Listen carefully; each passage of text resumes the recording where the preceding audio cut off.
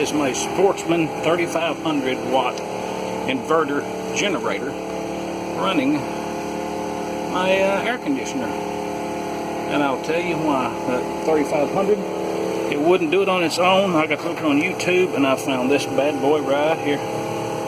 See that Supco SPP6.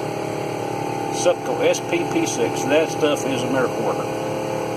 It is really works good. It installs in a snap. 2 wires, you're done. Even for me, and I'm very unhandy. Super Boost Supco SPP6. Get it, man. It's just great. I was so worried that I wasn't going to be able to do any boondocking anywhere if I wanted to, because my generator wouldn't do it. But it's a 3,500 watt Sportsman inverter generator. I am right now